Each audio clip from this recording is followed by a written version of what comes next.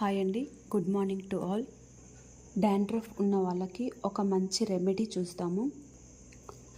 ఇందుకు కావాల్సిన పదార్థాలు: ఒక కప్పు పెరుగు, ఒక కప్పు కరివేపాకు, 3-4 స్పూన్ల మెంతులు, తగినంత మందారం ఆకులు.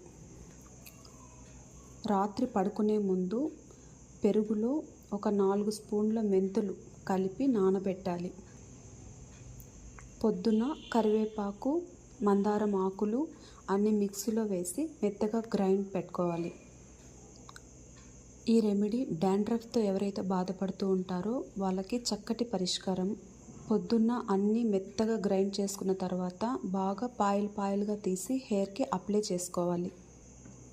2 అవర్స్ ఉన్న తర్వాత తలస్నానం చేసేయాలి. ఇలా వారానికి 3 సార్లు చేస్తే మీ డాండ్రఫ్ ఖచ్చితంగా పోతుంది. అందరూ ట్రై చేయండి. Thank you.